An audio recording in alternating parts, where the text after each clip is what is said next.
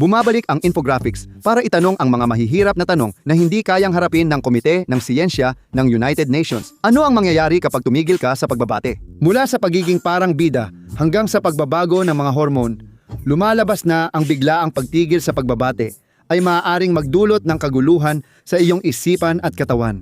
Para malaman kung gaano ito kasama, ipapagawa natin sa paborito mong daga ang pinakamahirap at matagal niyang eksperimento. At muli, kinuha rin natin ang kanyang nobya. Lahat para sa siyentipikong eksperimento. Simulan na. May tao sa The Infographic Show na may espesyal na pwesto sa impyerno. Kamakailan, ako ang naging paksa ng ano ang mangyayari kapag tumigil ka sa pakikipagtalik. Eksperimento, kung saan kinumbinsi ng mga producer ang nobya ko na tigilan ako bigla. Ngayon, kasali na ako sa eksperimento. Pero hindi lang nila kinuha ang nobya. Talagang todo na sila. Wala na. Diabolical dahil bawal hindi lang makipagtalik kundi pati mag-masturbate sa loob ng 2 linggo. Pero hindi pa yan ang pinakamasama. Magiging photographer ako sa ad campaign kung saan tampok ang nobya ko at iba pang modelo para sa underwear at swimsuit brands. Malamang nakita mo na ang ads nila sa YouTube, Instagram at Facebook at dito sana. Pero bigla nilang binawi ang sponsorship kaya walang libreng advertising ngayon. Nagsimula ito 1 linggo matapos ang huling eksperimento. Kaya nagkaroon akong linisin ang katawan ko. Dahil nagsimula ang 2 linggo ng Lunes, nag-cardio ako noong linggo ng gabi. Pero ramdam ko pa rin ang pagtitimpi pagdating ng Lunes ng umaga. Kung regular kang nag-e-ehersisyo, alam mong nakakatulong ito sa libido mo. Nag-e-ehersisyo kami ng girlfriend ko tuwing umaga. At ngayon sinuot pa niya ang pinakamasikip niyang workout gear. Pinataas pa niya ang level ng treadmill para mas pagpawisan siya. Napansin ko rin, tulad ng iba, na parang may tinatago siyang 2 bilog at tumatalbog na Christmas ham sa workout shorts niya. Sa unang pagkakataon, naging helpless akong tagamasid tulad ng iba. Halos kinakagat ko na ang manibela pauwi mula gym. At imbes na pumunta sa banyo para magbihis, gaya ng isang normal na tao, nagdesisyon siyang hubarin na lang ang kanyang basang-basa sa pawis na damit. Pagpasok namin sa bahay, diretso siya sa banyo para maligo. Na dati naming sabay ginagawa, pero hindi ngayon dahil sa 2 linggong tigil sex ko dahil sa infographics. Tao rin ako, katulad nyo. Una kong naisip tumakbo at magparaos, pero bawal iyon. Dito ko unang naramdaman ang epekto ng hindi pagmamasturbate. Pag-aalala, bagamat kakaiba, ang hindi pagmamasturbate ay maaaring magdulot ng pagkabalisa na iba sa nararanasan ng mga takot sa aso. Kapag naranasan mo ito, parang naiipon ang matinding sexual na enerhiya na walang labasan. Sumisikip ang dibdib at namumula ang mukha mo. Minsan, nagkakaroon ka ng paos na boses, na palatandaan ng matinding pagnanasa sa paligid. Pero kung hindi ka susunod sa natural na hakbang, parang apoy lang itong dumadaloy sa ugat mo. Sa puntong iyon, halos lahat ay nakakapagpalibog sa'yo, lalong nagpapalala sa sitwasyon. Kinuha ko ang pantalon sa aparador at napansin ko ang maliit na pulang damit na paborito ng girlfriend ko tuwing date night. Mababa ang hiwa sa harap, hapit at litaw ang bilog niyang dibdib, mataas din ang hiwa sa ibaba. Sobrang taas ng hiwa na konting galaw lang kita na agad ang pisngi niya. Binili niya talaga yon para akitin ako lalo. At sa ngayon, hindi ako nahihiyang aminin na muntik ko nang sirain ang pangako ko sa amo ko at makipagtalik. Habang tumatakas ang damit palabas ng kwarto at naririnig ko siya sa mainit at umuusok na shower. Tumakbo ako sa kusina at ginawa ko lang ang unang pumasok sa isip ko. Ipinasok ko ang ulo ko sa freezer at hinugasan ko ang mga kamay ko sa pinakamalamig na tubig na kaya ng gripo. At alam mo ba, umepekto siya. Kapag sobrang gigil ka, nilulukob ng sex na kemikal ang utak mo hanggang may di ka nais-nais na mangyari na magpapagising at papalitan ito ng stress na kemikal. Alam ng utak mo na kapag libog ka, para kang unggoy na isang layunin lang ang iniisip at walang ibang mahalaga.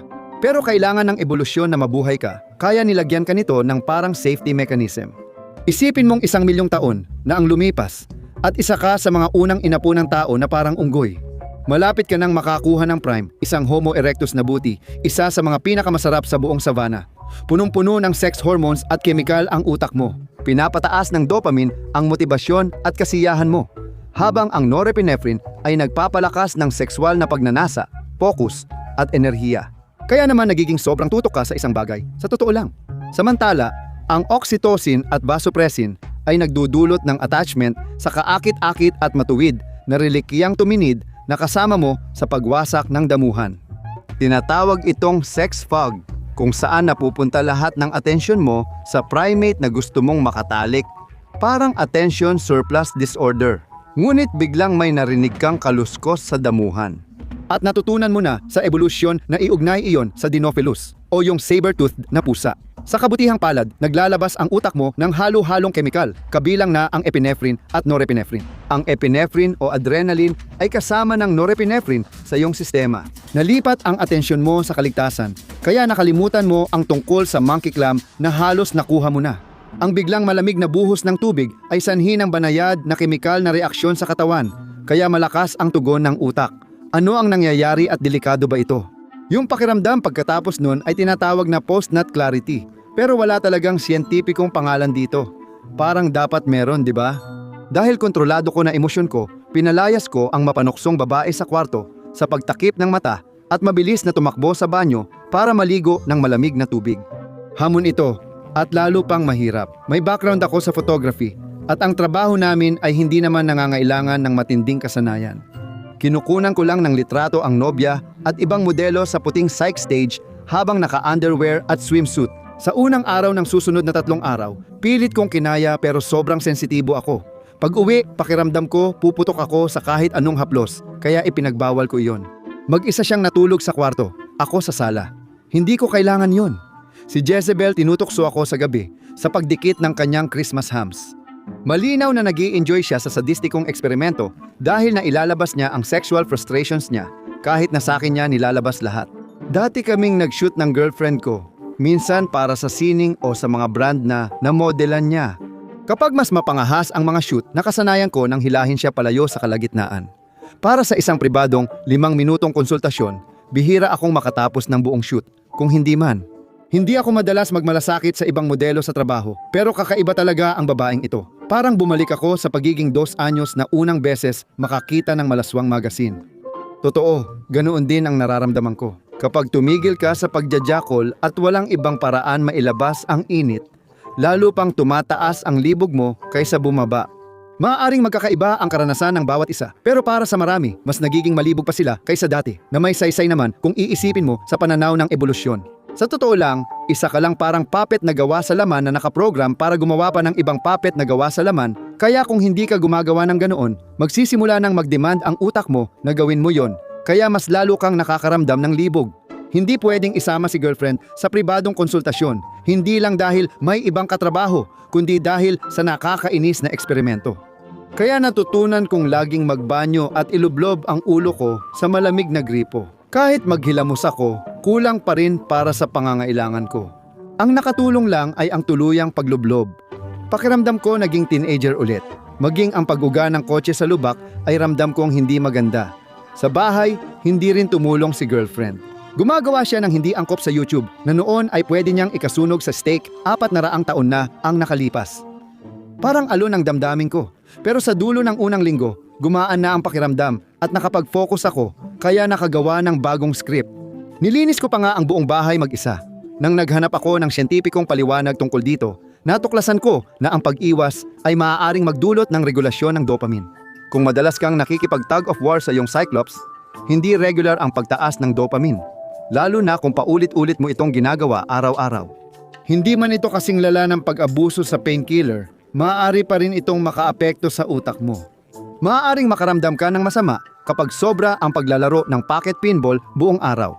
Mataas na dopamine ay nauuwi sa biglang bagsak, kaya nakakaramdam ka ng pagod at hilo. Kapag tumigil ka na sa paggatas sa ahas, magiging mas stable ang chemical sa utak at mawawala ang biglang pagtaas ng dopamine. Makakasabay ka na sa natural na ritmo ng utak. Maraming naniniwala sa pag-iwas dahil pwede itong magdulot ng mas mataas na konsentrasyon. Mas madali kang makakapag-concentrate at matatapos ang gawain. At maaaring mas maging malikhain, pero depende pa rin sa tao. Walang tiyak na siyentipikong patakaran dito dahil iba-iba ang katawan natin. Pero nagkakaproblema kapag sobra ang naipong enerhiya. Lalo na kung may kasama kang ganid na babaeng gusto kang pabagsakin sa abstinence challenge o gawing mas mahirap ang pag-iwas. Binalaan ko siyang magbayad sa ika-15 pero lalo akong ginanahan. Kaya nag-jogging ako, isang mahabang takbo. Nagsimula talaga akong tumakbo ng madalas dahil maganda itong paraan para maubos ang enerhiya. Hindi ka mag-iinit kung pagod ka na. Pero Sa totoo lang, pwede pa rin. Tulad ng natuklasan ko agad nang nagsimulang gumala ang isip ko sa araw 15, habang tumatakbo ako, kinailangan kong mag-jogging pauwi. Tinatago na parang nagkaroon ako ng kalahating ikatlong paa. Sa ikalawang linggo, napansin kong nag-iba ang mood ko. Hindi malala pero halata. Nakakaapekto ang masturbasyon sa stress hormone at nagpapalabas ng endocannabinoids na naggagantimpala sa utak. Sila ang dahilan kung bakit masaya ka matapos gawin ang mga bagay na aprobado ng ebolusyon, gaya ng pagkain, ehersisyo, at positibong pakikisalamuha. Tulad ng sinabi ko noon, bawat isa sa atin ay parang isang computer na gawa sa laman. At ang mga kemikal sa katawan natin ang nagsasabi kung paano tayo tutugon o direktang humihikayat sa atin na gawin ang ilang bagay.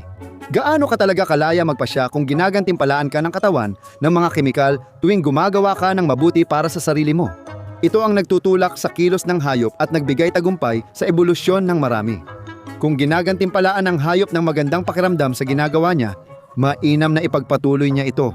Ang sikreto ay kung paano na iuugnay ng ebolusyon ang paglabas ng mga kemikal na nagpapasaya sa tamang mga bagay. Naisip ko lang, ilang mga uri kaya ng hayop ang hindi nabuhay dahil ang utak nila ay nakaprograma para gantimpalaan sila kapag tumatakbo sila mula sa matataas na bangin.